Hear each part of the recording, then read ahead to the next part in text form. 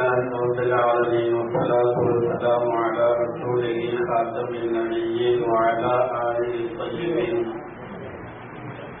وأصحابه الطاهرين والمؤمنين والمسلمين كلهم أجمعين أما بعد. فقد قال الله سبحانه وتعالى في كلامه القديم والفرقان الحميد: أعوذ بالله من الشيطان الرجيم. بسم الله الرحمن الرحيم. ومن الناس من يشتري لهو الحديث ليضل عن سبيل الله بغير علم ويتخذها هزوا وله عذاب مهين. صدق الله العظيم. எல்லா புகழும் அல்லாஹ் ஜல்லஷானஹு தஆலா ஒருவருக்கே உரித்தார். அருமைநாயகம் முஹம்மது ரசூலுல்லாஹி ஸல்லல்லாஹு அலைஹி வஸல்லம் அவர்கள் மீது, அவர்களின் சத்திய வழியை பின்பற்றி வாழ்ந்த சஹாபாக்கள், தாபிஈன்கள், தபஅ தாபிஈன்கள், அஸ்ஹாபுகள், அவுலியாக்கள், சுஹதாக்கள், சாலிஹீன்கள், நாதாக்கள், பெரியவர்கள், நல்லோர்கள் நம் அனைவர் மீதும் அல்லாஹுவின் அன்பும் அருளும் என்றென்றும் நிறைவாக உண்டாவதாக. ஆமீன். அல்லாஹுடைய பேரருளால்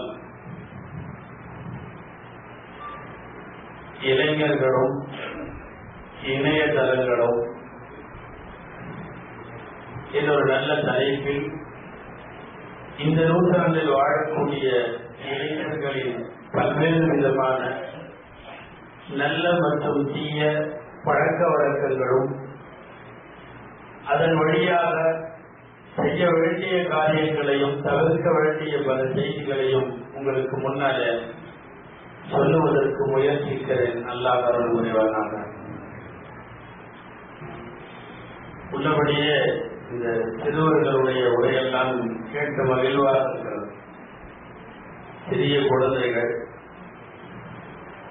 ஆளுக்கு ஒரு குறிப்பிட்ட விஷயத்தை மனப்பாடம் செய்து நமக்கு முன்னாலே வந்து நின்று மைக்க பிடிச்சி மேடையில் நின்று பேசுறதுங்கிறது நமக்கு சாதாரணமா தெரியலாம். உண்மை என்னன்னா, சில பெரியவங்க இங்க வந்தாலே அப்படி கைகால் எல்லாம் நடக்கும். பெரிய பெரிய ஆளா இருப்பாங்க, ஒரு 2 நிமிஷம் மேடையில அப்படின்னு கூப்பிட்டா அப்புறம் மாத்திரமல்ல மேடையே நடக்கும். பயத்துல உங்களுக்கு தெரியுமா, ஊட்டி ஒரு குளிர் பிரதேசம். ஊட்டி எங்க ஊருக்கு பக்கத்து ஊர், மேட்டுப்பாளையம் எங்க ஊர், அதுக்கு மேல ஊட்டி. எப்போதுமே குளிரா இருக்கும். நல்ல படிச்ச ஆளு, ரொம்ப பயங்கரமா ஆள் பார்த்தா டிப்டாப்பா இருக்காரு. அவர் தீக்கு ஒரு விழால வரவேற்புரையில போட்டு விட்டாங்க. அவரு கையில ஒரு நோட்டீஸ் ஒண்ணு எடுத்துக்கிட்டாரு. வரவேற்புரைக்கு வந்து நிக்கிறாரு. வந்து 2 வார்த்தை வரமாட்டேங்குது. நோட்டீஸ் நடக்குது, கை நடக்குது, அவரே நடக்கிறார். மேலேயே நடக்கிற மாதிரி அவருக்கு தெரியுது. அவருக்கு வரவேற்பு வெல்கம் பண்ணுறதுக்காக 2 ஒரு அப்படியே வரிசையா அவர்களே, இவர்களே, அஜஸ்மார்களே, சிறப்பு விருந்தினர்களே, உங்களை எல்லாம் வருக வருகிறார் பேசிட்டு இருக்காரு. பேச அவருக்கு வேச வழியுது. எங்க ஊட்டியில இங்க வேசாது, அந்த வேச வழியுது அவருக்கு. இந்த வேலை செய்ய என்னவோ என்று சொன்னாலும் தெரியுமா, உங்களை எல்லாம் வருக வருது, என்ன வர வர வேகிறேன்.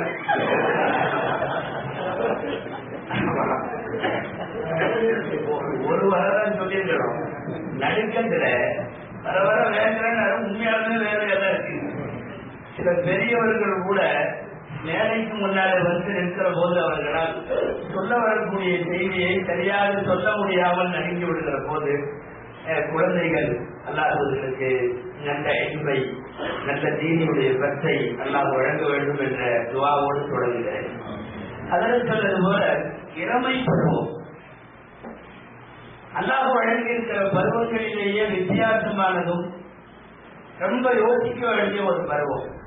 இந்த பருவத்துக்கு மாத்திரம் ஒரு பிளஸ் பாயிண்ட் இருக்கு. என்ன தெரியுமா, இதுக்கு வராதவங்க சீக்கிரமா அந்த பருவத்துக்கு வரணும்னு ஆசைப்படுவான். இதை கடந்தவங்க பூரா போயிடுச்சுன்னு வருத்தப்படுவான். இந்த பருவம் உலகத்துல வேற எதுக்குமே இல்லை. யாரும் சீக்கிரமா கிழவனாகணும்னு நினைக்கிறது இல்லை. தப்பி தவறி அப்படியே வெள்ள முடி வந்தாலும் நாம கையெடுத்து க்ளோஸ் பண்ணிடுவோம். என்ன என்ன தெரியக்கூடாதுங்கிறதுக்காக. நான் இளமையாக வேண்டும் என்கிற ஆசை எப்போதும் உண்டு. அரபி கவிதைகள் ஒரு கவிஞன் படிப்பார், எப்போதாவது என் இளமை திரும்பி வரட்டும், அப்போது நான் என்னுடைய வயோதிகம் படுத்துகிற பாட்டை நான் அந்த பருவத்திடம் சொல்லுவேன். 2 காலோடு இருந்த என்னை 3 காலோடு நடக்க வைத்துவிட்ட இந்த பருவத்தை பற்றி நான் சொல்லுவேன் என்று பாடுவான். திமா பாடல் மஷி, முதுமையை யாரும் விரும்புவதில்லை. ரொம்ப சின்ன பையனா இருக்கிறதுக்கும் யாருக்கும் விருப்பம் இல்லை. ஆனால் இளமையை விரும்பாதவர்கள் உலகத்திலே யாரும் இல்லை. ஒரு 6வது 7வது படிக்கிற பையன், ஒரு 6th 7th இருக்கிறவன் எப்போ ஒரு 17-18 வயசு ஆகும், நம்மளும் அப்படி ஒரு பைக்ல அப்படி ரைடிங் இதெல்லாம் பண்ணிட்டு சாகசங்கள்லாம் செய்துட்டு அந்த இளமை பருவத்தை நோக்கி வேகமாக இளைஞர்கள், சிறுவர்களின் கனவு இளமை பருவம், பெரியவர்களின் கவலை இளமை பருவம். இந்த மாதிரி ஒரு பருவம் உலகத்திலே அல்லாஹ் கொடுத்திருக்கின்ற பிறப்பு முதல் இறப்பு வரை இறைவன் வழங்கியிருக்கிற எந்த பருவத்திற்கும் இல்லாதது. நான் என்னன்னா, கல்ல திண்டாலும் செரிக்கும்பாங்க, தலைகீழ நடக்கிறதுக்கு முடியும்பாங்க, ஓடுறப்பாங்க, கால மிதிப்பாங்க, எல்லாம் சரிதான். அதிகமாக நன்மைகளும் செய்ய முடியும், மிக அதிகமாக தீமைகளையும் செய்ய முடியும். இந்த நூற்றாண்டினுடைய இளைஞர்கள் இந்த பருவத்தை தவறாக எவ்வளவு தூரம் பயன்படுத்துகிறார்கள் என்பதை கொஞ்சம் அதிகமாகவும், நல்ல முறையில் எப்படி பயன்படுத்துகிறார்கள் என்பதை கொஞ்சம் குறைவாகவும் பார்ப்போம். ஏனென்றால் வாழ்த்து செய்திகள் கொடுப்பதை விட வருத்தத்திற்குரிய செய்திகளைத்தான் நாம் அதிகம் அசை போட்டு அதை திரும்ப திரும்ப யோசித்து பார்த்து அந்த பருவத்தில் உள்ளவர்களை பக்குவப்படுத்த வேண்டிய பொறுப்பு இது போன்ற மன்றங்களுக்கு உண்டு, வருமானங்களுக்கு உண்டு, ஒவ்வொரு குடும்பத்திலேயும் உள்ள பெரியவர்களுக்கு உள்ளது. அந்த அடிப்படையில் தான் அவர்களின் நல்ல மற்றும் கெட்ட செயல்பாடுகள், உண்மையாகவே அவர்களின் போக்கு, இன்றைய அவர்களின் போக்கு வரவேற்புக்குரியதா அல்லது வருத்தத்திற்குரியதா என்பதை நாம் யோசிக்க வேண்டும். பெரும்பாலான பேருடைய பதில் இப்படித்தான் இருக்கும், இளைஞர்களின் இன்றைய போக்கு கொஞ்சம் வருத்தத்திற்குரியது.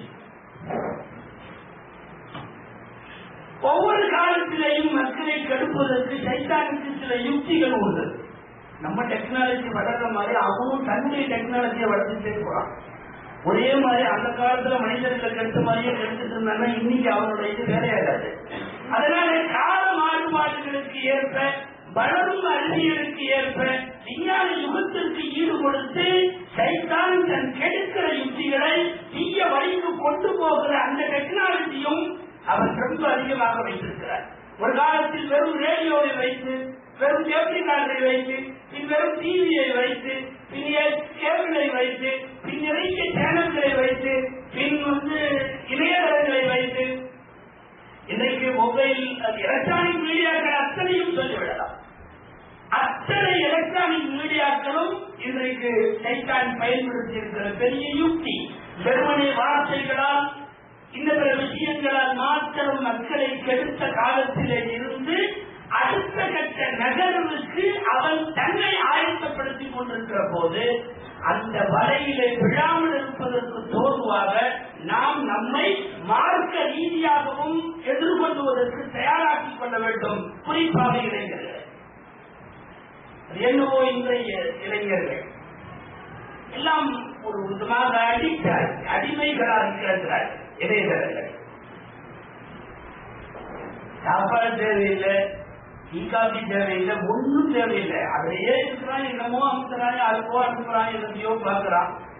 உலகத்தில் குறிப்பாக வெறும் இணையதளம் மாத்திரம் இல்லை, இன்றைக்கு சமூக வலைதளங்களாக இருக்கிற பேஸ்புக், ட்விட்டர், அதனுடைய வழியாக செய்யப்படுகின்ற தவறான செயல்கள் ஏராளம். ஏதோ 1-2 இல்லாம 1-2 நல்ல செயல்கள் இருக்கலாம். இணையதளங்கள் என்று மாத்திரம் இருந்த எல்லைகளை கடந்து சமூக வலைத்தளங்களுக்கு விரிவடைந்த போது இவர்கள் கெட்டுப் போவதும் ரொம்ப அதிகமாக விரிவடைந்து விட்டது. யோசித்து பார்த்தால் பிரமிப்பாக இருக்கிறது. இவ்வளவு தூரம் அறிவியல் வளர்ச்சி, ஆனால் அந்த அறிவியலை ரொம்ப அழகா தன் முன்னேற்றத்திற்கு, தன் கல்விக்கு, தன் அறிவு வளர்ச்சிற்கு, தன்னுடைய மார்க்கம் சார்ந்த விஷயங்களை அதன் வழியாக அழைப்பு கொடுப்பதற்கு, இதற்கெல்லாம் பயன்படுத்துவதற்கான சாத்தியக்கூறு இருந்தும் இளைஞர் அதன் உள்ளே புதிய நண்பர்களை தேடுவதில், நண்பர்கள் அல்ல நண்பிகளை தேடுவதில், பெண்களை தேடுவதில், அவர்கள் மூலம் அந்த தொடர்புகளை வலுப்படுத்திக் கொள்வதில் இவற்றை மாற்றம் புரியாக இருக்கிறார். ஒரு காலத்தில் சின்னதா ரேடியோவில் தொடங்கின இந்த மீடியா இன்னைக்கு அதெல்லாம் போய் விஷுவல் மீடியா தொலைக்காட்சி எல்லாம் தாண்டி இன்னைக்கு இந்த சமூக வலைத்தளம் வரை யோசித்து பார்த்தால் எல்லா காலத்திலேயும் எதிர்ப்புக்கு ஒரு குரல் இருக்கவே வேகமா இது வளரும். முதல்ல இந்த ரேடியோ எல்லாம் வந்தப்ப அப்படிதான் இருக்குது. ரேடியோக்கார போன ஏரியல் சிஸ்டம் எல்லாம் இருக்குது. டிவிக்கு ஆண்டனா இருக்கிற மாதிரி முதல்ல வருகிற போது அப்பவே அப்ப இருக்கிறவங்க அந்த காலத்துல பேருந்து நிலையம் அப்ப இருக்கிற உலமாக்கள் அதை கண்டிச்சாங்க. என்ன இடம் ஒரு கொட்டியை வச்சுட்டு பாடி கட்டிட்டு உட்காந்துருக்கீங்க அப்படின்னு. எவ்வளவு தப்பா வர்றவங்களா அவங்க அந்த காலத்துல வாழ்ந்துருக்க அத்தனை பேரும் இருந்திருப்பாங்கன்னு தெரியல. கொஞ்ச காலம் கழிச்சு எப்படி காலம் வந்தப்போ இதை விட சட்டம் அதிகமாச்சு.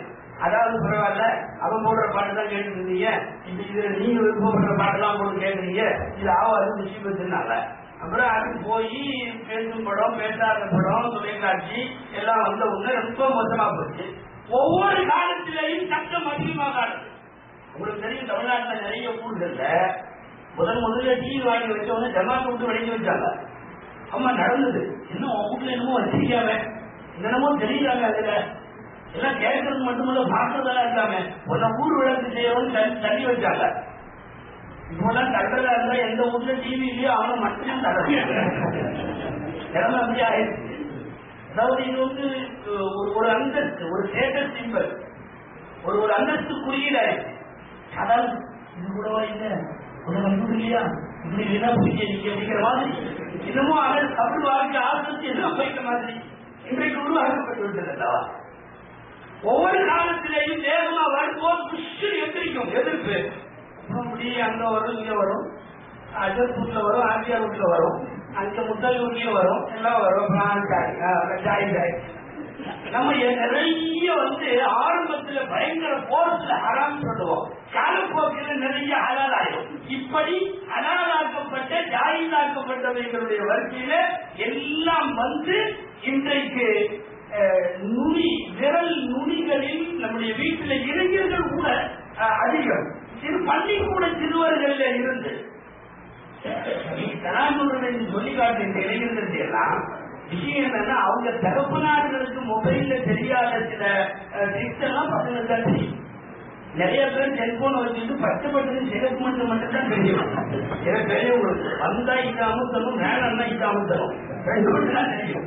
ஆனா இன்றைக்கு வளர்ந்து கொண்டிருக்கக்கூடிய சிறுவர்களுடைய டெக்னாலஜி என்னமோ அல்ல படிக்கிறது இந்த காலத்துல பிறகுற குழந்தைகளுக்கு அதை வச்சுக்கான எக்கச்சக்க அப்ளிகேஷன் போறான். எங்கெங்கயோ போய் எங்கெங்கயோ வெளியே வந்து இப்போ என்னன்னா பேரண்ட்ஸுக்கு அலப்பாடம் நடத்தலாம். இதுக்குள்ள எல்லாம் போகக்கூடாது, இப்படி பண்ணணும், இப்படி பண்ணணும், இது அனுப்பு, அதை டெலிட் பண்ணி தேவைப்பொருள் நல்லா வளர்க்கிறார்.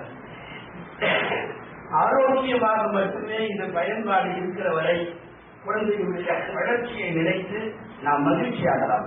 ஆனால் அதை தாண்டி போகிறது. குறிப்பாக இணையதளத்தில் இந்த இளைஞர்கள் மிக அதிகமாக 20 வயதுக்கு சமீபத்தில் உள்ளவர்கள் திரும்ப திரும்ப பார்ப்பதும் திரும்ப அவர்கள் பதிலிடுவதும் என்று செல்லுகிற இதிலே ஆபாச படங்கள் மிக அதிகம். அதுவும் வேற்று நாட்டில் இருக்கக்கூடிய உங்களை பொறுத்தவரை மிக அதிகமாக எவ்வளவு தூரம் வளர்ந்திருக்கிறது என்று உங்களுக்கு தெரியும். இன்னைக்கு அந்த இணையதளங்களை தவிர்த்து வச்சு இளைஞர் சமுதாயம் இருக்க முடியவில்லை என்ற நிலைக்கு வந்திருக்காங்க. காலேஜ்ல ஸ்கூல்ல கிளாஸ்ல உட்கார்ந்து அவன் அர்த்தம் பண்ணிட்டு இருக்கான். அது என்னமோ ஒரு காலத்துல மொபைல்ல கேம் விளையாண்டுதான் நினைப்போம். கேம் எல்லாம் இப்ப ரொம்ப எல்கேஜி யூகேஜி லெவலுக்கு இறங்கிடுச்சு. அதுக்கு மேல கொஞ்சம் போயிட்டா அவன் கூட அங்கதான் இருக்கான். யாருக்கோ செய்தி அனுப்புகிறான், யாருக்கோ பதில் வாங்கி கொண்டிருக்கிறான். முழுக்க இணையதளங்களிலே உலாவருதல் என்பது இதனாலேயே இரவு நீண்ட வெகு நேரம் தூங்க செல்லுதல். காலையில பஜ்ரெல்லாம் நம்ம இளைஞர்கள் தொழுது தெரிஞ்சாலும் மாதிரி நம்ம பஜ்ருக்கு ஒரு தொழுகையே தெரியாது, இந்த அளவுக்கு ஆயிடுச்சு. ரமதான்ல சகல் செஞ்சு பஜ்ருக்கு வர்றதை தவிர இரவு நீண்ட நேரம் உறந்து செல்லும் வழக்கமும் தாமதமாக காலையிலே எழுதுகிற வழக்கமும் இந்த இளைஞர்களை பீடித்திருக்கிற மிகப்பெரிய ஒரு பாவம். இதற்கு பின்னாலே இருப்பது மிக முக்கியமாக அவர்கள் பயன்படுத்துகிற இணையதளம். இணையதளம் என்றால் வெறும் கம்ப்யூட்டர் கணினியில மாத்திரமல்ல, இன்றைக்கு உள்ளங்கையில இருக்கிற மொபைல்களின் வழியாக பயன்படுத்தப்படுகிற அந்த இணையதளங்களினுடைய அதில் ஆகியிருக்கிற அடிமைத்தனம் மிக அதிகமாக இருக்கிறது என்பதை நாம் யோசிக்க வேண்டும். எல்லா பையனும் பேஸ்புக்ல இருக்கான். ஏதாவது ஒரு கிளாஸ்லயோ ஒரு சபையிலயோ எங்கேயாவது பேஸ்புக்ல அக்கௌண்ட் இல்லாத பையனா கையை தூக்கு அப்படின்னா எவனும் தூக்குறது இல்லை. தூக்குனாங்கன்னா அவனை அத்தனை பேரும் சேர்ந்து வழிகட்டுன்னு கிராமத்தான பார்ப்பாங்க. இவ்வளவு மோசமா இருக்காங்க, பேஸ்புக்ல கூட அக்கௌண்ட் இல்லாம இருக்காங்க.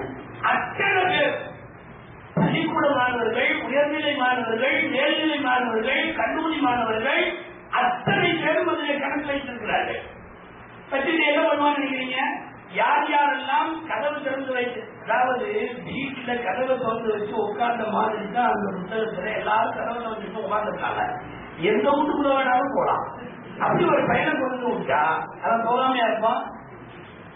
வெறுமனே படங்கள்ல அப்படியே வாசிப்பையை பார்த்துட்டே வருவான். பொம்பளை வாசிப்பை வந்தா மட்டும்தான் உள்ளே போறான். இப்போ நான் நடக்கிறத மாத்திரம் பேசுறதுனால நிதர்சனமாவே சொல்றேன். இது பொய்யோ மறைப்பதற்கோ இதெல்லாம் இல்லை. பெரும்பாலான வயசுக்கு வந்த பெண்கள் இருக்கிறார்கள், குடும்ப பெண்கள் இருக்கிறார்கள்.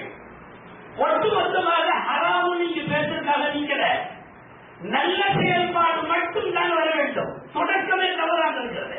ஒரு பொங்கலை தான் போட்டாவை எப்படி நீ உலகத்துக்கு பகிரலாம்? இதோ பாருங்க, அவன் ஃபேமிலி படங்களை எல்லாம் தூக்கி போட்டுருந்தாரு. ஒரு பொங்கலை எப்படி பகிரலாம்? கணவனோடு, நாத்தனாரோடு, பொருந்தினாரோடு, மாமியார் மாமனாரோடு, குழந்தைகளோடு வீட்டு விசேஷங்களை, கல்யாண விசேஷங்களை, சோகங்களை, துக்கங்களை, சந்தோஷங்களை எல்லாவற்றையும் கொண்டு வந்து கதவை திறந்து வைத்து பார் என்று வைக்கிறார்கள். பார்ப்பது ஒரு ஊர் அல்ல, கிராமம் அல்ல, நாடல்ல, மாநிலம் அல்ல, உலகத்தினுடைய அத்தனை பேரும் பார்க்கலாம், யார் வேண்டுமானாலும். இப்படி என்னை பார் என்று சொல்லி ஒரு பெண் தன்னை அறிமுகப்படுத்திக் கொள்வதில், அல்லது என்னை வாசியுங்கள் என்று சொல்வதில், என்னை பற்றி தெரியுங்கள் என்று சொல்வதில், என்னை பிடித்தவர்கள் பிடித்திருக்கிறது என்று சொல்லுங்கள். லைக் போடுறதுன்னு ஒன்று இருக்கு. ரொம்ப அதாவது லைக்கை விட இந்த வார்த்தை தேவைச்சாரு. லைக் போடுறதுங்கிற வார்த்தை. ஆம்பளை இவ்வளவு பெரிய தத்துவத்தை சொன்னாலும் லைக் போட மாட்டான். பொம்பளை ஒரு வரி பேருக்கும் ஆமா உடனே லைக். கோடிக்கணக்கான பேர் ஒரு பெண்ணுக்கு பின்னாலே போகிற இத்தனை பேருக்கும் ஒரு பெண் கணம் ஏற்படுத்தி தந்தால் எப்படி அது நல்ல பெண்ணாக இருக்க முடியும்? சரி, முகம் தெரியாமலா இருக்கிறார்கள். முகத்தை காட்டி குடும்ப படங்களை பகிர்ந்து சமயங்களில் வீட்டு வீடியோக்களை கூட பகிர்ந்து கொள்ளுகின்ற பொருளாதார பெண்மணிகள் எல்லாம் இன்றைக்கு இந்த சமூக வலைத்தளங்களில் இருக்கிறார்கள். இணையதளங்களின் உச்சகட்ட ஆபத்துகளில் இவைகள் எல்லாம் இதிலிருந்து கொஞ்சம் இல்லை, அந்த புத்தகத்தில் எல்லாம் இல்லை என்றால் மிக அதிகமாக இவர்கள் இருக்கிற இடம் ஆபாச படங்களை, ஆபாச காணொலிகளை, வீடியோக்களை, ஆடியோக்களை ஆபாசமாகவே பரப்பி வைத்திருக்கிறவர்களுக்கு முன்னாடி இவர்கள் இருக்கிறார்கள் என்று சொன்னால் இளைஞர் சமுதாயம் அடுத்த கட்ட நூற்றாண்டுகளில் மிக மோசமான விளிம்பிற்கு போகிறது என்பதை யோசிக்க வேண்டும். நான் வாலிபர்களுக்கு நபிகள் நாயகம் ஸல்லல்லாஹு அலைஹி வஸல்லம் பிறந்த தின விழா, இன்றைக்கு இருக்கிற இணையதளத்தில் இன்டர்நெட்டில் சீரழிகிற இளைஞர்களை சொல்லுவதற்கு முன்னால் ரசூலுல்லாஹின் இளமையை கொஞ்சம் நாம் பார்த்துவிட்டு வந்து ஒரு ஒப்பீடு செய்தால் பொருத்தமாக இருக்கும். வாருங்கள், நபிகள் நாயகம் செல்லுடைய இளைஞர் வாழ்க்கை, அவர்களுடைய வாலிப வாழ்க்கை, 3 செய்தி மாத்திரம் உங்களுக்கு முன்னாலே நண்பான வாலிபர்களை நான் வைக்கிறேன். 3 செய்தி. வாலிபர்கள் சொல்றது பூரா இளைஞர்கள் பசங்களுக்கு மாத்திரம் அல்ல, பிள்ளைகளுக்கு தான், 2 பேருக்கும் சேர்த்துதான். ஏன்னா வாலிபர்களை விட சமயங்களில் இந்த வாலிபிகள் அத்தனையும் அதிகமா இருக்கு. யாரும் நேரம் தெரிஞ்சிட வேணாம், பொதுவா நாட்டு நடப்புகளை சொல்லுகிறேன். பெண்களும் சரி, ஆண்களும் சரி, அபிநாயகம் ஸல்லல்லாஹு அலைஹி வஸல்லம் அவர்களுடைய இளமை பருவத்தை கொஞ்சம் யோசிக்கலாம். 3 செய்தி. எல்லாரும் இளைஞராகிற போது எதை செய்ய மறுப்பார்களோ அதையெல்லாம் ஸல்லல்லாஹு அலைஹி வஸல்லம் செய்தார்கள். 24 வயசுல ஸல்லல்லாஹு அலைஹி வஸல்லம் கடையில போய் மார்க்கெட் ஜாமான் வாங்கி ஊடுருவதுனா சப்ளை பண்ணதை அறிவித்தது. சேரத்தை எப்படி ஈட்டா உள்ளிட்ட நூல்களை நபிகள் நாயகம் மார்க்கெட் சின்ன பையனா இருக்கிறப்ப இல்லை, அது போவாங்க. நம்ம கூட 6th 7th படிக்கிற பையனை கிடைக்கிறத போயிட்டு வரான் இல்லையா, அதல்ல 20 வயதை தாண்டியும் கூட அக்கம் பக்கத்து வீடினர்கள் முகமதுவிடம் ஏதாவது வாங்கிவா என்று சொன்னால் வாங்கி கொண்டு தன் ஆணையினுடைய கீழ் தலைப்பை பிடித்து அதிலே சாமானை வைத்துக் கொண்டு வீடு வீடாக கொண்டு வந்து ஊழியம் செய்கிற ஒரு முகமது ஸல்லல்லாஹு அலைஹி வஸல்லம், அப்படி ஒரு ஊருக்கு உழைக்கிற வாலிபராக நபி ஸல்லல்லாஹு அலைஹி வஸல்லம். இன்னைக்கு 8th வர வரைக்கும் கடைக்கு போறான். கொஞ்சம் ஒரு 15 வயசு ஆகிட்டாலோ அல்லது வேளாண்மை 10th ஸ்டாண்டர்ட் படிக்கிறவங்களாம் ஒரு மாதிரி காடு தூக்கி விட்டுக்கிறாங்க. கடைக்கு போறான்னா இல்லாதெல்லாம் பேசுவான், சமயங்கள்லாம் அவங்க அம்மா தான் கடைக்கு போயிடுறாங்க. இவன்ட்டு சொல்றது இல்லை. எதை வேண்டி சொன்னா இவன் நிறைய கேட்பான். முதல்ல கடை காத்திருக்கும் நேரம் இருக்குமா, இல்லையா தொடர்ந்து இருக்கு, நோட்டு செல்லுமாமா, ஏதாவது ஒன்று கேட்கறாங்க. நோட்டெல்லாம் செல்லும் போய் இதெல்லாம் வளவளன்னு பேச வேண்டியதில்லை. ஒரே ஒரு நீ ஒரு வழி எடுத்துக்கொண்டு ஓடிடுவான். இவ்வளவுதான் விஷயம். கடைக்கு போறதுக்கு இன்னைக்கு ஒரு 10வது வகுப்பு படிக்கிற பையன் கூட யோசிப்பார். 24 வயதில மார்க்கெட்டுகளில் சுற்றி வீடுகளுக்கு பொருட்கள் வாங்கி வந்த நபிகள் நாயகம் ஸல்லல்லாஹு அலைஹி வஸல்லம். ரசூலுல்லாஹ்வுடைய நிலைமையிலே நான் இன்னொரு 2வது செய்தி சொல்லுகிறேன். பொதுவா நம்ம ஊர்ல என்ன நடக்கும்னா, இந்த வாலிபர்கள் சண்டை விட்டுக்குவாங்க. சண்டை விட்டா என்ன பண்ணுவாங்க தெரியுமா, யாராவது பெரியவங்க 2 பேரை கூப்பிட்டு பஞ்சாயத்து பண்ண விடுவாங்க. இந்த பசங்க ஏதோ அடிச்சுக்கிறாங்க, நீங்க கொஞ்சம் பார்த்து பெரிய மனுஷன் நீங்க இருந்து பேசி ஏதாவது பண்ணுங்க அப்படிம்பாங்க. உடனே அவர் பெரியவர் வந்து உங்க அண்ணா உடனே கூப்பிட்டு என்னப்பா சண்டை என்ன எது பஞ்சாயத்து பண்ணுவாரு. என்னென்ன நடக்கும் மாற்றம் என்னன்னா, ஊர்ல உள்ள பெருசெல்லாம் சண்டை போடுது, பஞ்சாயத்துக்கு தமிழ்நாடு செல்ல போறாங்க. உங்களுக்கு தெரிந்த செய்தி என்பதால் நான் தெளிவாக போகவில்லை.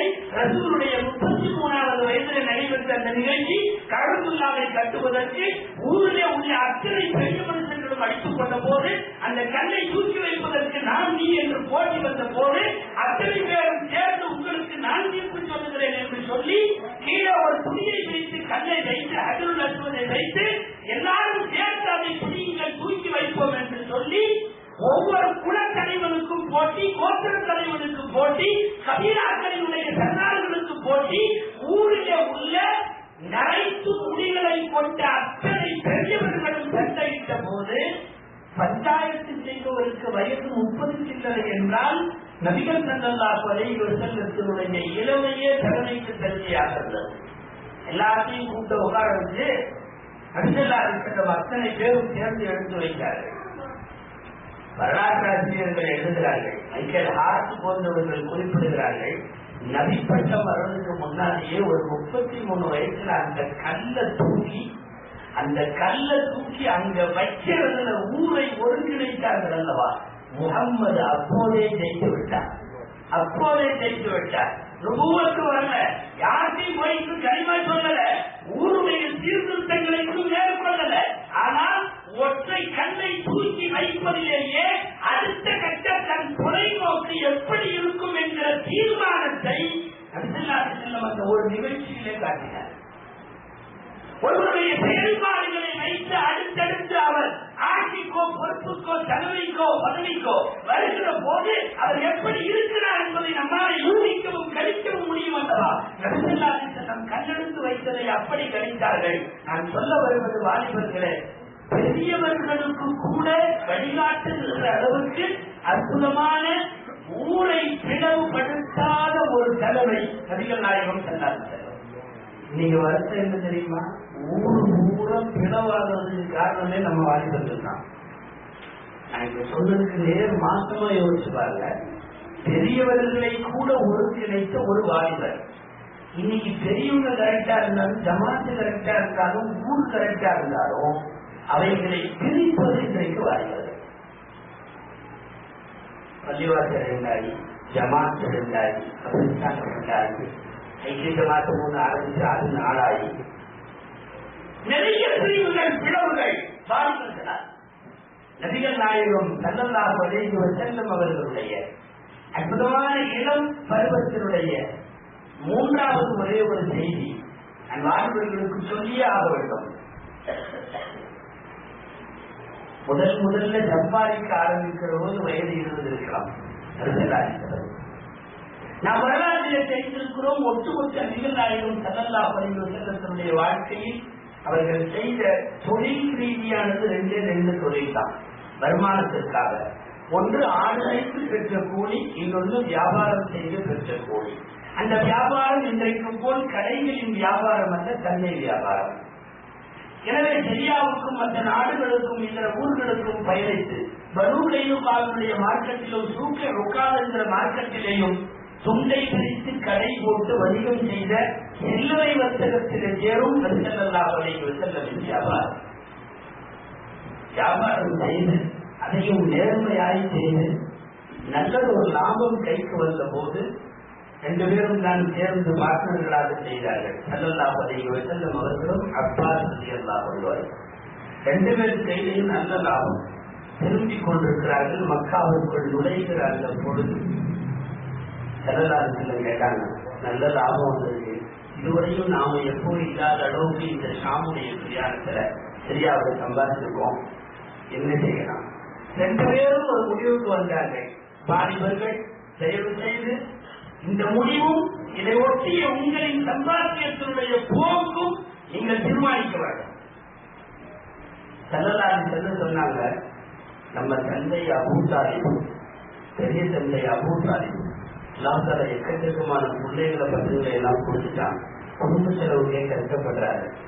ஏன் நம்மளுக்கு எவ்வளவு காசு இருக்கு, ஏன் நாம அந்த குடும்பத்தை எடுத்து நடத்தக்கூடாது, அந்த குடும்பத்துக்கு உதவக்கூடாது, ஒரு வேலை செய்யலாமா? ரெண்டு பேரும் போய் அபூ தாலிபுடைய மக்கள்ல ஆளுக்கு ஒரு பிள்ளையை நாம தத்தெடுத்துக்குவோம். ஏன் ஊர்ல போய் எடுக்கணும்? நம்முடைய பெரிய சண்டை நம்முடைய வீட்டுல இருக்கிறவங்க எடுத்துக்கலாமே, ரெண்டு பேரும் எடுக்கலாம். எடுத்து அவங்களுடைய எல்லா செலவையும் நம்ம பார்த்துக்கலாமே.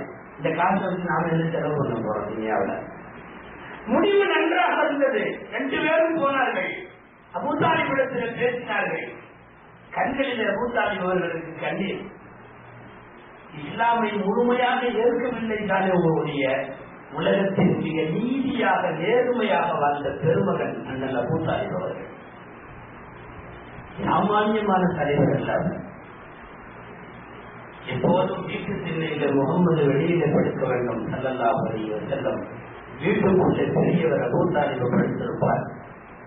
வாலிபராக இருந்த போதே சில பேர் முகம்மதுவை கங்கணம் கட்டி குறிவைத்து தாக்குவதற்கு எச்சரித்த போது படுப்பது போன்று படுக்க வைத்துவிட்டு ஊர் அடங்கிய நகரிசீல எழுந்து வந்து முகம்மதை உள்ளுக்குள் போய் படுக்க சொல்லிவிட்டு முகம்மதுவின் இடத்திலே தான் பொருந்தி கொண்டு படுப்பார்கள். குத்துபவன் எவனாவது இருந்தால், கொலை செய்பவன் இருந்தால் என்னை கொள்ளட்டும், முகம்மது பாதுகாக்கப்பட வேண்டும் என்கிற அளவுக்கு உள்ளாக இன்னைக்கு சம்பாதித்து வந்து நிற்கிற முகம்மதுவும் அப்பாஸும் ஆளுக்கு ஒருவரை கேட்கிறார்கள், எடுத்துக்கொள்ளுங்கள், என் குடும்பத்தை இதனுடைய பாரத்தை சுமப்பதற்கு உங்களின் சம்பாத்தியம் உதவும் என்பதை நினைக்கிற போது எனக்கு ரொம்ப பெருமையா இருக்கு. அடுத்தவன்கிட்ட காசு வாங்குறது நான் கையை நீட்டுறதுனா நான் யோசிப்பேன், நான் மானம் உள்ளவன், ரோஷம் உள்ளவன். ஆனா என் பையன் நீ சம்பாதிச்சுட்டு வந்திருக்க, என் தம்பி நீ சம்பாதிச்சுட்டு வந்திருக்க, எடுத்துக்கோ. ஸல்லல்லாஹு அலைஹி வஸல்லம் அப்போதே சிறு பையனாக நின்று கொண்டிருந்த அலி ரலியல்லாஹு அன்ஹுவின் மீது கை வைத்து இவர் எனக்கு என்று சொன்னார்கள். அந்த எனக்கு என்பதற்கு எல்லாம் அர்த்தம். என் பிள்ளைக்கு, எனக்கு மருமகனாய், ஆளுநராய், கவர்னராய், ஆட்சியாளராய், தீரம் நிறைந்த செறிவுள்ள திருமகனாய், எல்லாவற்றுக்கும் சேர்த்து தன் சம்பாத்தியத்தில் முதலில் நபி ஸல்லல்லாஹு அலைஹி வஸல்லம் செலவு செய்தது இரத்த பந்த சொந்தங்களுக்காக. இன்றைக்கு சம்பாதிக்கிற வாழ்வர்கள் கவனப்படுத்திக் கொள்ள வேண்டும். அப்பாஸ் ரலியல்லாஹு அன்ஹு போய் ஜாஃபர் ரலியல்லாஹு அன்ஹு எடுத்தார்கள். அலி ரலியல்லாஹு அன்ஹுடைய தம்பி ஜாஃபர் இப்னு அபீ தாலிபை ஒருவரும், அலி இப்னு அபீ தாலிபை ஒருவரும், இரண்டு பேரும் எடுத்துக்கொண்டு அவர்களின் வாழ்க்கையின் கடைசி கட்டம் வரை, மௌத்தாகிற வரை எல்லா செலவும் என்னுடைய. அதனால்தான் முதல் பாத்திமா ரலியல்லாஹு அன்ஹாவை அலி ரலியல்லாஹு அன்ஹுவுக்கு கொடுக்க முன்வந்த போது செலவினங்களும் ரசூலுல்லாஹ் வைத்தார்கள்.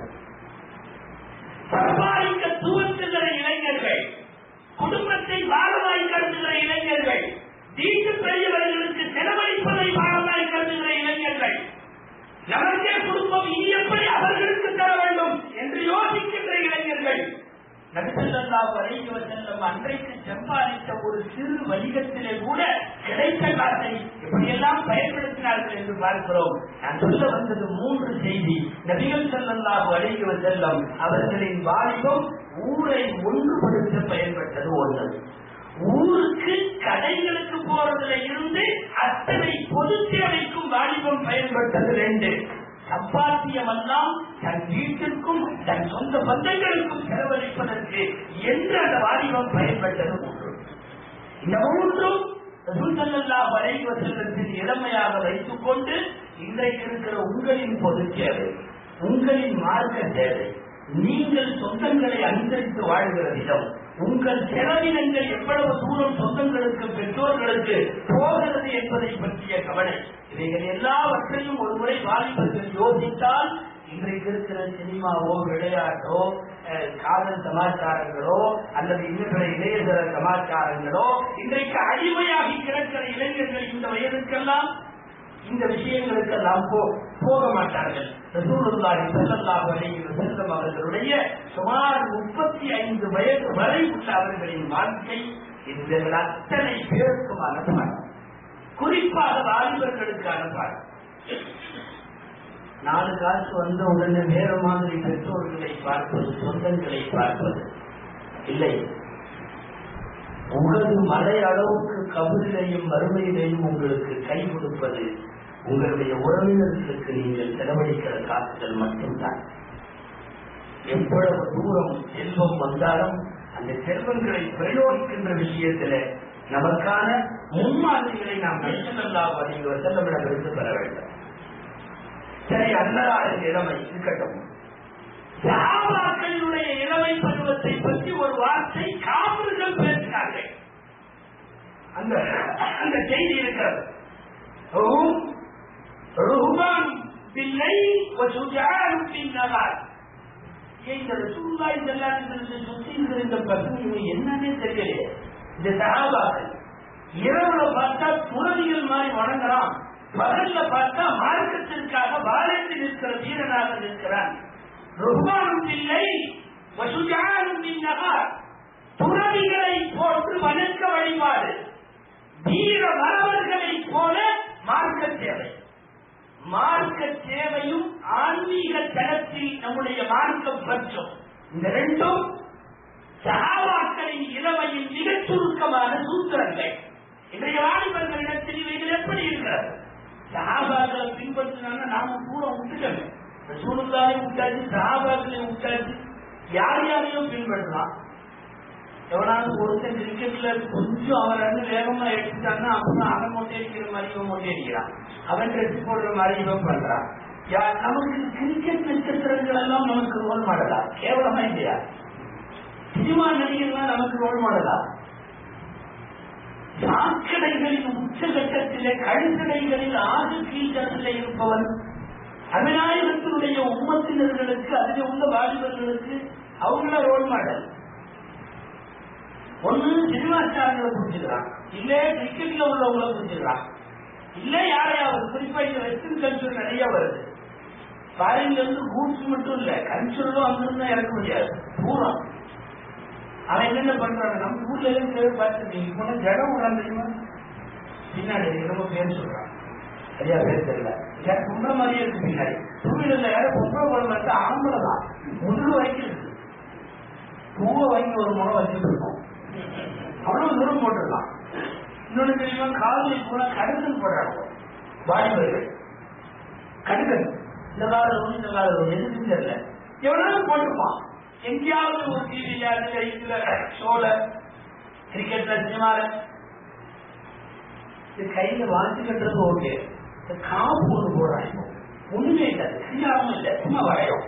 என்ன சும்மா சும்மாவா இல்ல மணிக்கு அதெல்லாம் சும்மா போட்டுருக்காங்க. நான் போடுறேன், நான் சுத்தமா சொல்றேன், நீங்களா கூட்டி கழிச்சு பாருங்க. அதாவது காதுல கம்மல, கையில வளையல, ஜடம் வேற.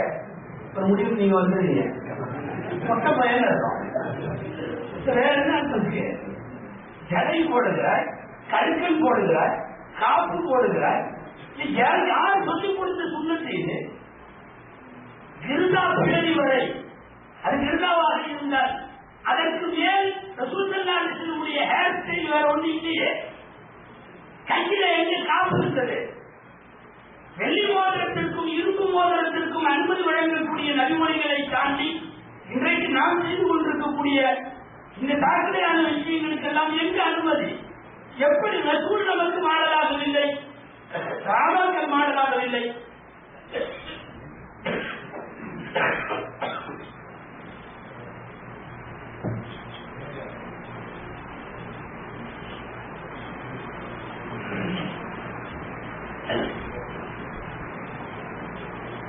வியப்பாக இருக்கிறது.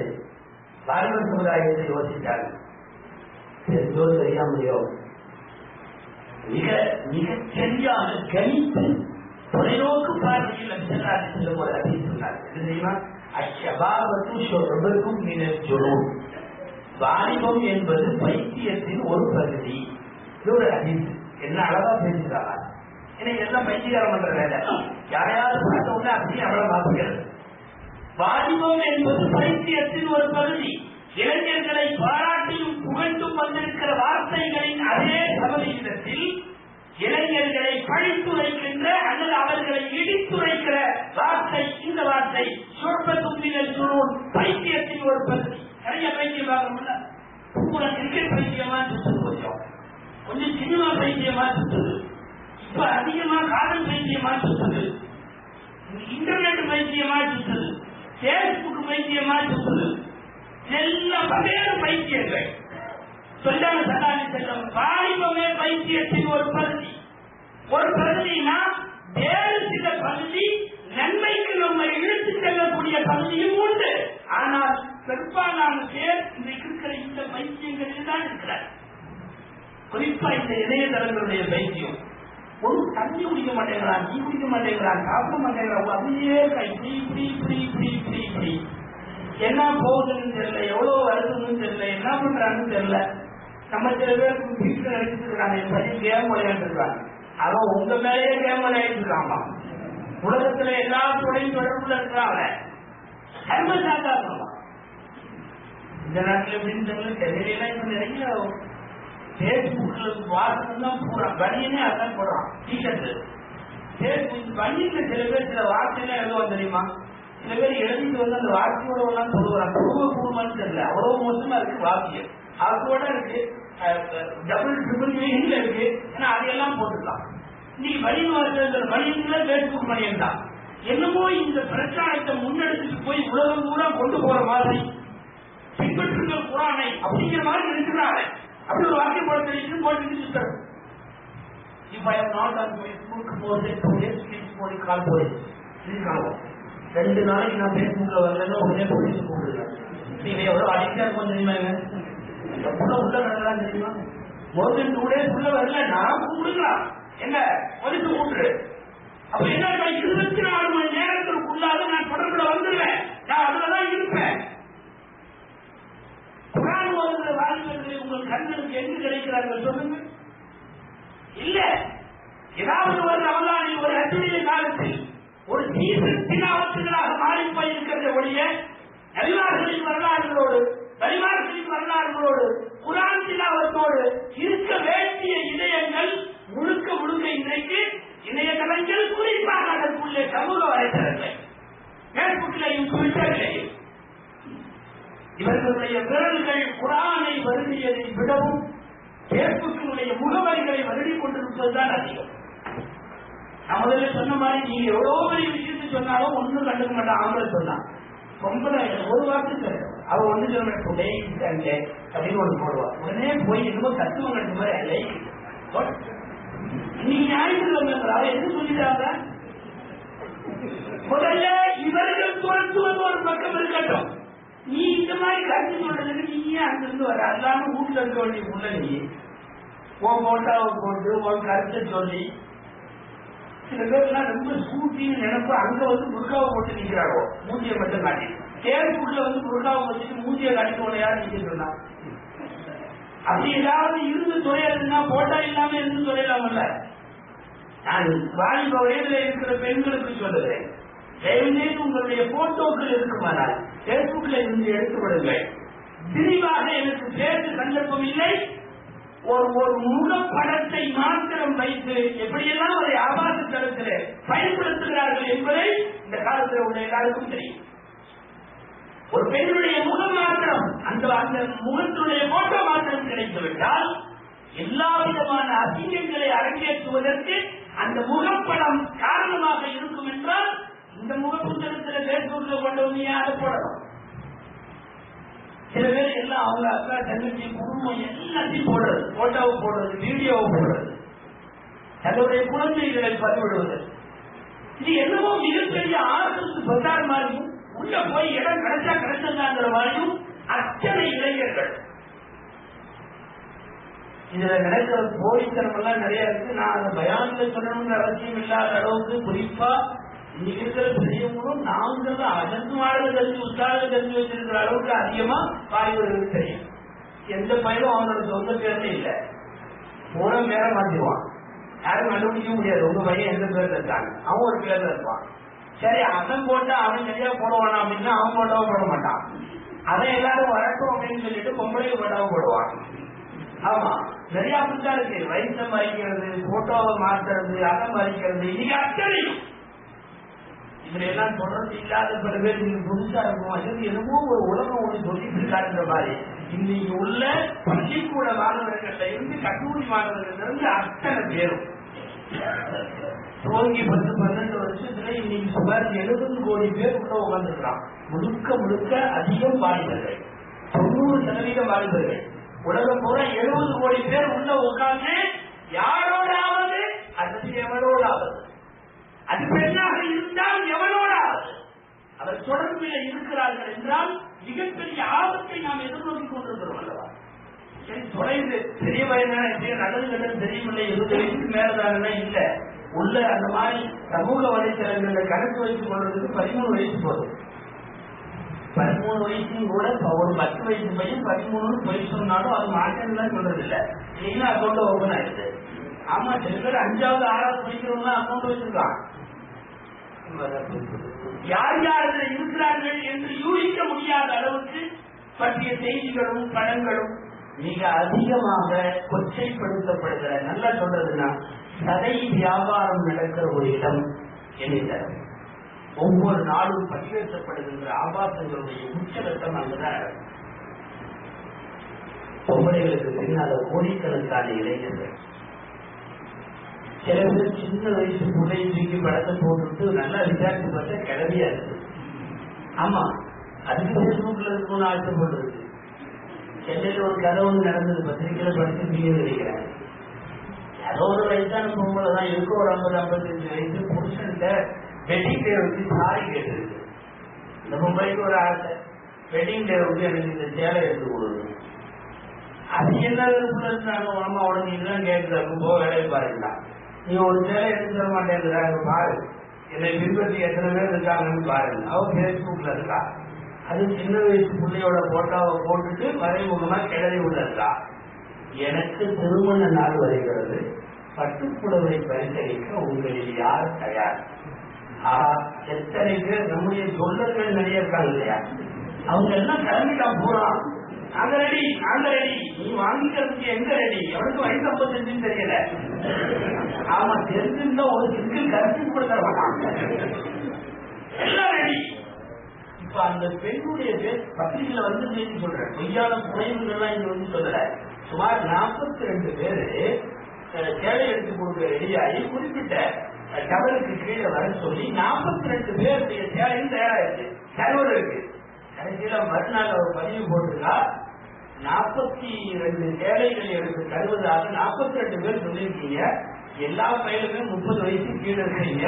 அத்தனை பேரும் உண்மையை சொல்லுகிறேன், என் வயது 55. எனக்கு காலை புருஷன்ட்ட கேட்டா, அவன் புருஷன்ட்ட காட்டுறதுக்காக இப்படி ஒரு சில்ல ஒரு ஏற்பாடு பண்ணிட்டு கிழவனை கூட்டு காட்டினா ஒரு சேலை எடுத்து தர மாட்டேங்கிறீங்க. 42 பட்சத்தில் வந்திருக்கு அப்படின்னு. தயவு செய்து வரக்கூடிய மனைவிகளுக்காக நீங்கள் ஒழுக்கமாக நடந்து கொள்ளுங்கள், அல்லது இருக்கிற மனைவிமார்களுக்காக கற்பொழுக்கத்தோடு நடந்து கொள்ளுங்கள். இனிமேல் இப்படி யாராவது சேலை கேட்டால் வராதீர்கள், ஸ்டேட்டஸ் போட்டு போயிட்டாகும். யாராவது ஒரு பெண், நான் முதல் சொன்னது போல கதவை திறந்து வைத்து வா என்று சொன்னால் எந்த வாலிபம் போகாமல் இருப்பார். அத்தனை பேரும் படையெடுத்திருக்கிறார்கள். குறிப்பாக இணையதளங்களில் மிக அதிகமாக தாக்குதலுக்கு உள்ளாக்கப்படுவதும் விமர்சனங்களுக்கு உள்ளாக்கப்படுவதும் பார்வையில் மிகவும் மோசம் எதுவென்றால் பெண்கள் இது போன்ற தரங்களிலே உள்ளுக்குள்ள வந்திருப்பது. ஒரு உள்ள தனியா இருக்கு ஒரு வீட்டுல, அல்லது 2 பொம்பளை இருக்கிறாங்க ஒரு வீட்டுல, உள்ள நம்ம போக கூடாதுல்ல, அனுமதி இல்லையா? பசங்க பேசினால சலான் சொல்லணும், கதவை தட்டி அனுமதி கேட்கணும், எல்லாம் சட்டம் கட்டிட்டு ஒரு புள்ள மட்டும் உள்ள இருக்கிற மாதிரி தெரிஞ்சுன்னா போகக்கூடாது. தெரிஞ்சுக்க மாட்டேன். பெண்கள் தனியாக இருக்கிற இடத்தில் நீங்கள் நுழைவதை நான் எச்சரிக்கிறேன். இது பெருமனே கட்டடம் கட்டி வச்சிருக்கிற வீட்டுல மாத்திரமல்ல, இந்த தளங்களுக்கும் பொருந்தும், இணையதளங்களுக்கும் பொருந்தும். ஒரு பெண்ணுடைய பர்சனல் ஒரு பிரைவேசியான ரூம் அது. பேஸ்புக்கில் அவருடைய இடம், நீ உள்ள போற மார்க்க சட்டப்படி நடப்பவனாக இருந்தால் போகாதே. ஒரு ஆணும் பெண்ணும் ஒரு இடத்தில் அல்லது ஒரு தளத்தில் அல்லது இணையதளத்தில் ஒரு பக்கத்தில் இருந்தால் மூணாவது அது கண்டிப்பா ஜெயிச்சாருக்கா. நல்ல வார்த்தையில சொல்றது, நான் தம்பி நீயும் நல்ல பையன், ஒவ்வொரு பழகிறாங்க பிள்ளையும் நல்ல பிள்ளை, அது சைத்தம் கேட்டவன் சைத்தம் கேட்டவன் தானே, அவன் உங்களை நல்லவராக இருக்கிறது விட மாட்டாரு. ஒன்று தெரிந்து கொள்ளுங்கள், இயற்கையின் நியதி அல்லாஹ்வின் ஏற்பாடு, ஆணும் பெண்ணும் பஞ்சும் நெருப்பும். அருகாமை கிடைத்தால் தனிமை கிடைத்தால் அந்த ஆப்பர்ச்சுனிட்டி இல்லையே தவிர இருக்குமானால் 90 வயது கிழவனுக்கும் கூட அந்த வாய்ப்பை சாதகமாக்கும் எண்ணம் இறைவன் படைப்பிலேயே இருக்கிறது. நாங்கள் நல்லவங்க நாம சொல்லலாம். ஆணுக்கும் பெண்ணுக்குமான இயற்கையான உடற்கூறு மன அமைப்பு இவைகள் ஒன்றுக்கொன்று ஈர்ப்புடையவை. அந்த ஈர்ப்பு இன்றைக்கு இணையதள பக்கங்களில் மிக வேகமாக மிகவும் குறைவாக நல்லவைகளை விடுத்து தீயவை நோக்கி வாலிபர்களை வாலிபிகளை பெண்களை கொண்டு போய் சேர்ந்திருக்கிறார். அப்படியெல்லாம் போய் வேறு தளங்கள்ல போய் பெண்களை ஃப்ரெண்டாக்கணுன்ற எண்ணத்தை விட்டுருங்க. உங்களுக்கு ஏற்ற மாதிரி பாய் ஃப்ரெண்ட்னா பாய் ஃப்ரெண்ட்ஸ் நிறைய நீங்க வச்சுக்கணும், அவ்வளவுதான். பாய் ஃப்ரெண்ட்ஸ் தேடணும், கேள்தான் கேர்ள் ஃப்ரெண்ட்ஸ் தேடணும். இங்க எல்லாமே எதிர்பாலினத்தை தேடுகிறார்கள். பசங்களோட இதுல பசங்களையே காணும், பூரா பிள்ளையா இருக்கு. பிள்ளைகளோட இதுல போய் பார்த்தா பூரா பிள்ளையா இல்லை, பூரா பசங்களா இருக்கு. எதிர்பாலினத்தை அல்லாஹ் அவர் படைப்பினுடைய அமைப்பிலேயே தள்ளி வைத்திருக்கிறார். இந்த மார்க்கம் எவ்வளவு தூரம் இந்த விஷயத்துல எச்சரிக்கையா இருக்கு தெரியுமா? கைமாறுகள் கவனிக்க வேண்டும்.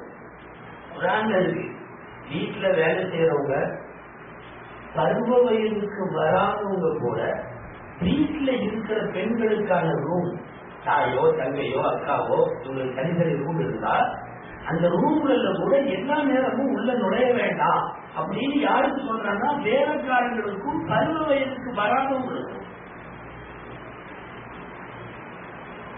وَلْيَسْتَأْذِنْكُمُ الَّذِينَ مَلَكَتْ أَيْمَانُكُمْ وَالَّذِينَ لَمْ يَبْلُغُوا الْحُلُمَ مِنْكُمْ ثَلَاثَ مرات. யாருங்க? வேலைக்காரங்க, அடிமைக, அதுபோல பருவ வயதை அடையாத சிறுவர்களாக இருந்தாலும் அனுமதி தேடிட்டு மட்டும் உள்ள வரட்டும். கம்பல்சரி அனுமதி 3 நேரம் தராத மாட்டார். எப்ப தெரியுமா? மின் கபலி தராத்தில் பஜர், பஜர் தொழுகைக்கு முன்னாலே உள்ள இரவு. இரவுல அவர்களுடைய பிரைவேசி, சின்ன பையன் கூட 10 வயசு 11 வயசு, நீங்க பிள்ளைகள் வளர்ப்பதிலேயே யோசிக்கணும்.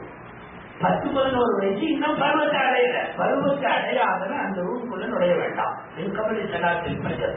இரண்டாவது வஹீன ததஊன தியாபக்கும் மின வஹீரா, மத்திய வேலைகளில் உறங்குவதற்காக சில நேரம் உங்கள் ஆடை மாற்றும் நேரம் இருக்கும் அல்லவா, அந்த நேரத்திலேயும் இவர்கள் வர வேண்டாம். எல்லாம் பெரியவங்களை பத்தி பேசுற, கொஞ்சம் கவனிக்கிறோம். அந்த வீட்டுக்குள்ளேயே புழங்கிட்டு இருக்கிற, நீங்க அதிகமா யூஸ் ஆகிட்டு இருக்கிற வேலைக்காரர்களும் சிறுவர்களும் ஓடியாடி கொண்டிருக்கிறவர்கள். அதுக்கப்புறம் 3வது நேரம் வஹீன ததஊன தியாபக்கும் மின வஹீரா வமின் பஅதி ஸலாத்தில் இஷா, இஷாவும் இஷாவுக்கு பிறகும். இஷா வரைக்கும் கூட சாதாரணமா அக்கா ரூமு, தங்கச்சி ரூமு, அம்மா ரூமு, சின்னம்மா ரூமு போலாம். இதற்கு இந்த நேரங்களில் குறிப்பாக விவரமே இல்லாத பருவ வயதை அடையாதவன் கூட நுழைய வேண்டாம் என்றால், வீட்டிலே எப்போதும் புழங்கிக் கொண்டிருக்கிற வேலைக்காரர்கள் இந்த நேரத்தில் நுழைய வேண்டும் என்றால், ஆபாசம் எந்த வகையிலாவது வந்துவிடுமோ என்பதில் வேலைக்கு தடுக்க இந்த மார்க்கம் ரொம்ப தூரம் முயற்சி செய்கிறது. அதன் வழியாகத்தான் இந்த சட்டத்தை இணையதளத்தினுடைய ஆபத்துகள்ல பெரிய ஆபத்துகள்ல ஆபாசம் என்கிற கோணம் ரொம்ப அதிகமாயிருச்சு.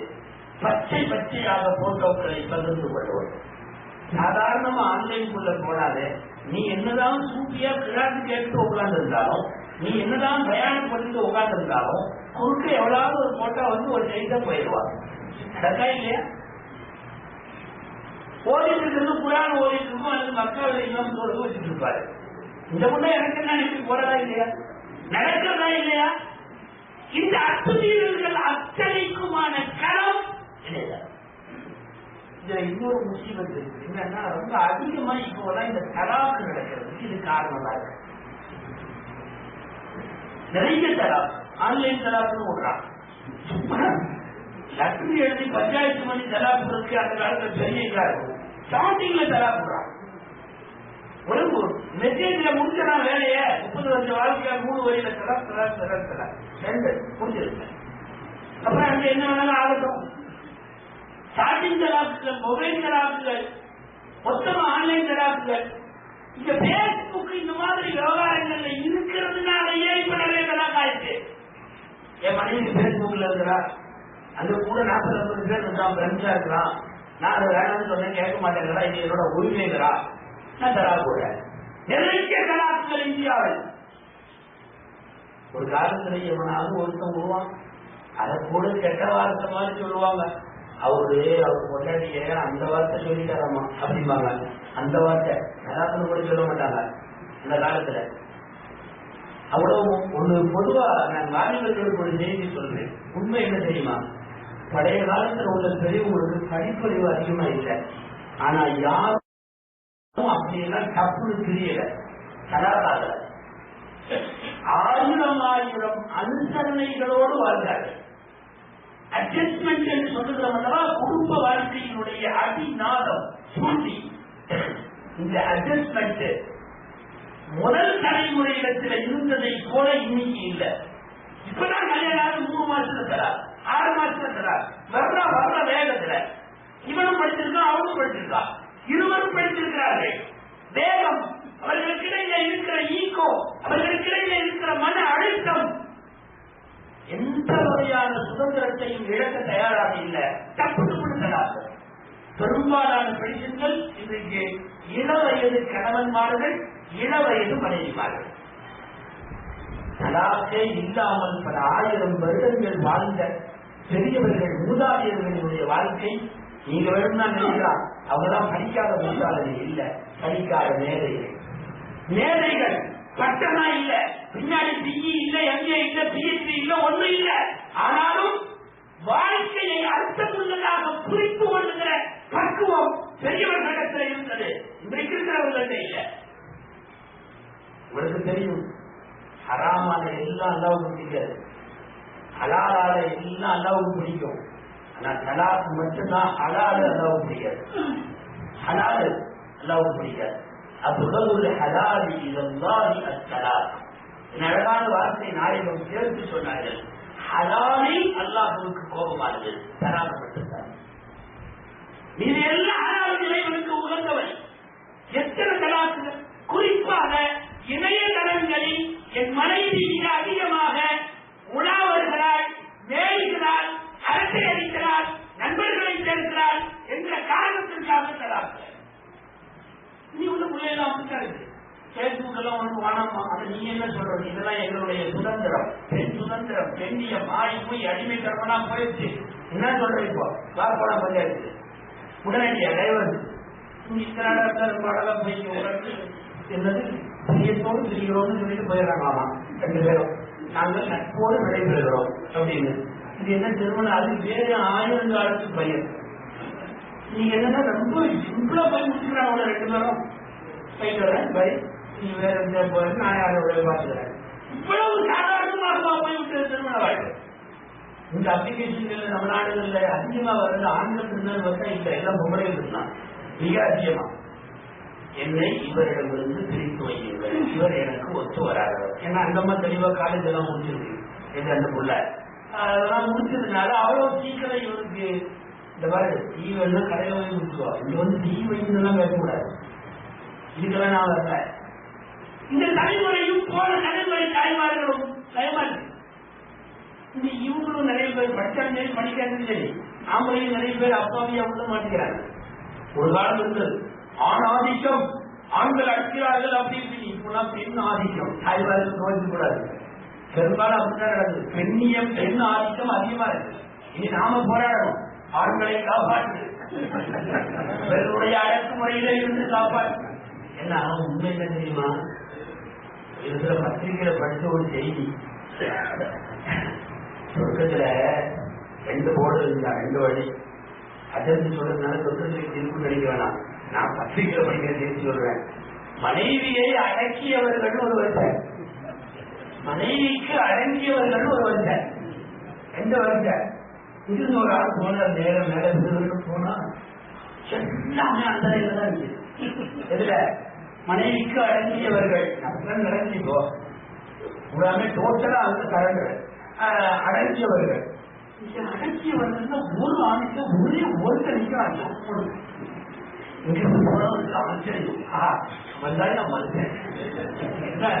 அத்தனை பேரும் இங்க முடிச்சுட்டான் சைடு, அவன் ஒருத்தர் மட்டும் இல்லாயிட்டாரு. ரொம்ப ஆச்சரியம். ஏன்னா எல்லாமே அடங்கி போனவர்கள் தான் அதிகம். எல்லாம் ஓதி எல்லாம் முடியல ஓதலாமா சரி ஓதலாமா? நாம ஆமின்னு சொல்றதா இருந்தாலும் அம்மாவோட அனுமதினா ஆமின்னு சொல்றாங்க. நீங்களா வந்து ஆமின்னு சொல்லிட முடியாது.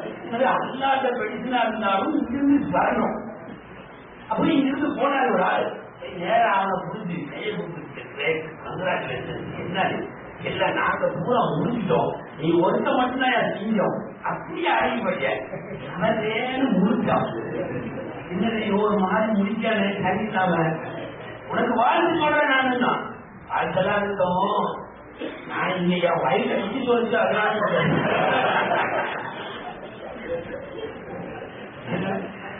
ஆமா அவன் தோட்டமா முடிச்சா போடுறேன். நிக்க சொல்லிச்சு என் வைப்பு, அதனால நிக்கிறேன். முழுக்க முழுக்க அடக்குகிற நிகழ்வெல்லாம் போய் இன்னைக்கு அங்க அடங்கி போகிற நிகழ்வு. ஒன்று அடக்குகிறார்கள் அல்லது ஒத்துவராக போது வெற்றி கொடுத்து விடுகிறார்கள். எங்களை பிரித்து வையுங்கள், எங்களை தலாக் ஏற்படுத்துங்கள். மிக அதிகமாக தலாக்குக்காக ஜமாத்துகளை நோக்கியும் குடும்ப நல நீதிமன்றங்களை நோக்கியும் வரக்கூடிய பெடிஷன்கள் பார்த்தால் இளம் பெண்களிடமிருந்து மிக அதிகமாக வருகிறது. அடுத்து இளம் வாலிபர்கள் ஆண்களிடமிருந்தும் வருகிறது. இந்த அளவுக்கு கூட அந்தமையும் அட்ஜஸ்ட்மெண்ட்டும் இல்லாத வாழ்க்கை முறையினுடைய பல்வேறு விளைவுகளின் பின்னணியில் இணையதளங்கள் வழியாக நடக்கின்ற ஏராளமான செய்திகள் இந்த தலாக்குகளுக்கு காரணமாக ஒரு செய்தியை பரப்புவதும் அடுத்தவர்களுக்கு சொல்லுவதும். நீங்க சாதாரண நினைக்கிறீங்க இன்டர்நெட் அடிப்படையில் யாராவது ஒரு செய்தி அனுப்பிடுவான், இது இப்படியாமா அவரு அப்படியாமான்னு. இதால ஆராயம் பண்ணவா இது என்ன பண்ணுவான், அப்படியே பார்வை பண்ணுவான். இது மொபைல்ல இந்த தொந்தரவு இருக்கு. வர்ற செய்தியை என்னாலும் விசாரிக்கிறதே கிடையாது, டக்குனு 10 பேருக்கு தள்ளிவிட வேண்டும். சில பேர் கண்டிஷன் போட்டு அனுப்புவான், நீங்க 10 பேருக்கு அனுப்பு, நாளைக்கு நல்லா இருப்பேன் என்னமோ நம்பிவாரு ஈர்க்கதரிசி மாதிரி சொல்லுவாங்க. கண்டிஷன் போட்டு 10 பேருக்கு அனுப்பு. செய்தியை ஆராயாமல் பிறரிடத்திலே பரப்புபவன் மறுமையிலே போகிறார். கபாவில் வர்க்கி கனிவன் உங்களில் ஒருவன் பொய்யன் என்பதற்கு அவன் பொய் சொல்ல வேண்டும் என்ற அவசியம் இல்லை. வந்த தகவலை ஆராயாமல் அடுத்தவருக்கு சொன்னாலே போதும், அவர் பொய்யராகிவிடுவார். இந்த குழந்தைங்க இந்த தொழில் இந்த வதந்திகளை அவதூறுகளை அவிழ்த்து விடுகிற இந்த தளம் இது இருக்கிறதுல உச்சகட்டமாக நடைபெறுவது இந்த இணையதளங்களின் வழியாகத்தான். அத்தனையும் இதன் வழியாக மாற்றமே நடக்கிறது. மொபைல்களும் இணையதளங்களும் வந்ததற்கு பிறகு இளைஞர்களை இந்த குழந்தைகளை கூட காப்பாற்ற முடியல. எலக்ட்ரானிக் மீடியாவுடைய வருகைக்கு பின்பு வருஷம் 3 குழந்தைகள் டிவி பார்க்கிறத சேர்த்து எடுத்து கிறிஸ்தன் சொல்லி இந்த சமீபத்தில் ஒரு ஆய்வு நிறுவனம் வெளியிட்டிருக்கக்கூடிய ஒரு அறிக்கை, ஈஸா இந்தியாவில் ஒரு குழந்தை 6 மணி நேரம் திரும்ப டிவி பார்த்து 6 மணி நேரம் வருஷத்தினுடைய நாட்களை எல்லாம் சேர்த்து லீவுனால அது எல்லாத்தையும் கலந்து பார்த்தா 6 மணி நேரம் லீவு எவ்வளவு மோசமாகிவிட்டது. சரி, அப்படி பார்க்கவும் காணவும் ஏதாவது நல்ல செய்தி உண்டா? இல்லவே இல்லை. தகப்பனாரும் மகளும் அமர்ந்து ஒரு விளம்பரம் கூட பார்க்க முடியாது. இன்னைக்கு உள்ள காட்சிகள் அதுதான். டிவியும் வீடியோவும் சினிமாவுமே இந்த புலம்புல இருந்ததுன்னா இணையதளம் முழுக்க முழுக்க தனிமை தளம். அது எவ்வளவு மோசமா இருக்கும், எவ்வளவு மோசமா இருக்கும். பையனை குழந்தைய வச்சு படம் பார்க்க முடியல, ஒரு காட்சி பார்க்க முடியல, ஒரு விளம்பரம் பார்க்க முடியல.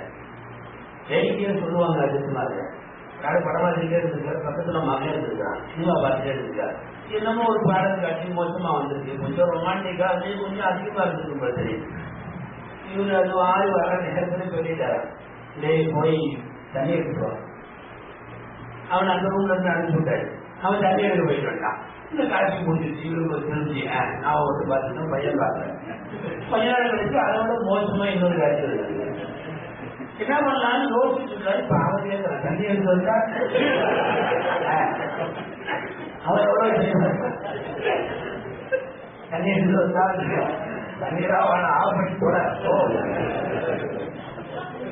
சாதாரணமாக நாங்கள் இணையதளத்தை மாத்திர சொல்ல டோட்டலாக விஷுவல் மீடியாக்கள் இன்றைக்கு குழந்தைகளை, இளைஞர்களை, அவர்களின் அறிவுத்திறனை, அவர்களின் கல்வி வளத்தை, அவர்களுக்கு என்னென்ன கல்வி மேம்பாடுதான் வரணுமோ அத்தனையும் குட்டிச்சுவராக்கி வருகின்ற பணியில் இதை அத்தனையும் போட்டி போட்டு செய்யும். நம்ம பசங்களுக்கு சகாபாக தெரியுமோ இல்லையே, கத்திமான தெரியும், எல்லாரும் தெரியும். நீங்க வெட்டினா எந்த மாடியிலும் தான் முடிச்சிருவான் வந்து கத்திமான காப்பாற்ற வரட்டு.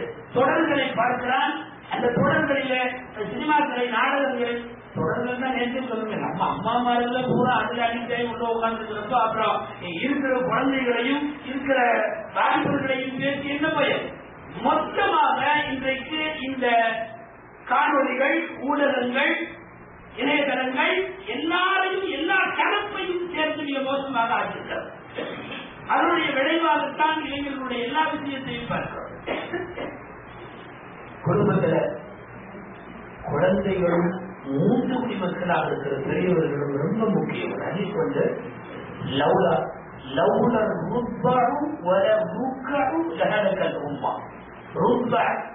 பால் குடிக்கிற குழந்தைகளும் கூன் விழுந்த கிழவர்களும்.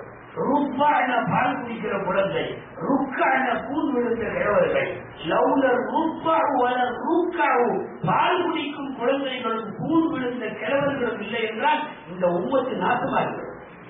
அப்படியானால் பராமரிக்க வேண்டிய விஷயத்தில், கையிலிருந்து நகர்த்த வேண்டிய விஷயத்தில் மிக முக்கியமான அக்கறை இருவரு விஷயத்திலையும் தேவைப்பட வேண்டும்.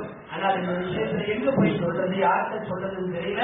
இதை கண்டித்து வளர்க்க வேண்டிய பெரியவர்களும், வீட்டில் இருக்கிற அம்மாமார்களும், அங்க உள்ள அவர்களும் இருக்கிறார்கள். ஊடே மவுசூடு மாதிரி ஆயிரத்து எல்லாம் ஆஃப் பண்ணி என்னென்ன சீரியல் ஓடிட்டு அந்த வீட்டுல யாரும் இருக்காங்கன்னாலே தெரியல. எந்த விருந்தாளியும் வீட்டுக்குள்ள போக முடியல தெரியுமா? சாயந்தரம் 6 மணில இருந்து ராத்திரி 11:30 வரைக்கும் டைம் ஷெட்யூல் ஆயிடுறாங்க. நேரமே இல்லை அவங்களுக்கு. 1/2 மணி நேரம் இது ஓடுது, 1/2 மணி நேரம் அது ஓடுது, அடுத்த 1/2 மணி நேரம் அது ஓடுது. என்னைக்காவது ஜாம்ஸ்ல தூக்க வராம 2 மணிக்கு முடிச்சுன்னா வேகமா ஓடிட்டு இருக்கும். போன வருஷம் ஓடி முடிச்சு கொண்டு போட்டலாம். நீ பார்த்துதானே ஆகணும். ஆமா, கொஞ்ச நாளைக்கு முன்னாடி தமிழ்நாடு கூட ஒரு தொடர் ஓடி நாங்க எல்லாரும் சொல்ல பேசி ஆமத்து வரையும் முடிக்க மாட்டான் போறது. அவன் ஒரு வழியா முடிச்சுட்டான். முடிக்கிற அன்னைக்கு யாரோ ஒரு மாமனார் கொடுத்து அந்த காட்சியில மௌத்தா போயிட்டான். என்னமோ ஒரு தொடர், என்ன பேருன்னு தெரியல, ஒரு தொடர்ல மாமனார் சாவறான். ஆமா, என்ன சொல்றதுன்னு தெரியல. நீங்க அதிகமா அதை ஈர்ப்பீங்கன்னு நினைக்கிறேன். இதே பெண்களா இருந்தா டப்பு எடுத்து கொடுத்துருவாங்க. அதற்கு தப்பு வருது, பாவம் எடுத்து கொடுத்துருவாங்க. நாம 1000 தப்பா ஒன்னா எந்த சட்டமும் வராது. இதுல தெளிவா இருந்தாங்க. அதுல ஓடி அவன் செத்து போயிட்டான். பார்த்தா தமிழ்நாடு முட்டு அழுவுது. வீட்டிலே உண்மையாலுமே போத்து இருக்க மாதிரி அது அழுகுது. அவன் அந்த மாமனாரா இருக்கிறது சென்னையில உட்காந்து அவன் ஜாவரத்து அழகிட்டு தேர்வு உட்காந்து பார்த்துட்டு இருக்கான். நல்லபடியா இங்கே இவ்வளவு அழுது எல்லாம் பூத்து என்னென்ன ரொம்ப நாள தொடர்ல அவரு விஷயத்துல இன்வால்வ் ஆகி போய் என்னவோ மௌட்டா போய் எங்கேயோ இருந்து மாமனாருக்கு அழுகுது. இங்கே சொந்த மாமனாருக்கு தோற்றுலாம் வெளியும்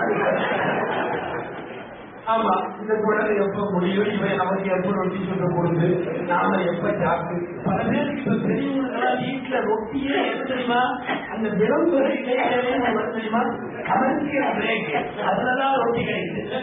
வீட்டுல உள்ள பெரியவர்களுக்கோ அல்லது குழந்தைகளுக்கோ ஏதாவது தேவைன்னா ஒரு பிரேக் வரும், கமர்ஷியல் பிரேக் வர்றப்ப விளம்பரம் வர்றப்ப நான் ஒரு ரொட்டியை சுட்டு கொடுத்துறேன், அதுக்கு உனக்கு பாட புத்தியில ஊற்றி கொடுக்குறேன்.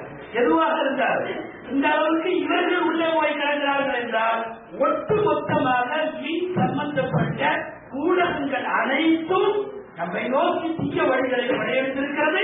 இந்த படையெடுப்பில் சிறுவர்களிலே இருந்து கிழவர்கள் வரை பாதிப்பு என்றாலும் மிக அதிகமாக பாதிப்புக்கு உள்ளாக்கப்பட்டிருப்பது நிச்சயமாக பாதிப்பார்கள். அவர்களுக்கெல்லாம் இப்போது கேபிளோ சினிமாவோ தொலைக்காட்சியின் தொடர்களோ சீரியல்களோ இது பெரிய விஷயம் அல்ல. அவைகளை தாண்டி வா ஆபாசம் நடுத்தரவில் வைத்திருக்கிறேன் என்று சொல்லக்கூடிய அளவுக்கு இன்றைக்கு இணையதளங்கள் கூப்பிடுகிறது. இளைஞர்களுக்கு ஒரு வார்த்தை சொல்கிறேன், ஒரே ஒரு வார்த்தை சொல்லி நான் நிறைவுபடுத்துகிறேன். திருக்குறானை திரும்ப திரும்ப வாசித்தால் ஒரு நபி அதற்கு யூசுப் உங்களுக்கு கண்களுக்கு தெரியும், கற்பொழுக்கத்தில் வாலிபர்களுக்கான உச்சகட்ட முன்மாதிரி. ஒரு பெண் அல்ல, ஊர் பெண்கள் எல்லாம் சேர்ந்து வலிய வந்து தவறுக்கு அழைக்கிற போது அந்த மனிதன் செய்த துவா, அந்த யூசுப் செய்த துவா குர்ஆனிலே இருக்கிறது. வாலிபர்கள் அந்த துவாவை கொஞ்சம் வாசியுங்கள்.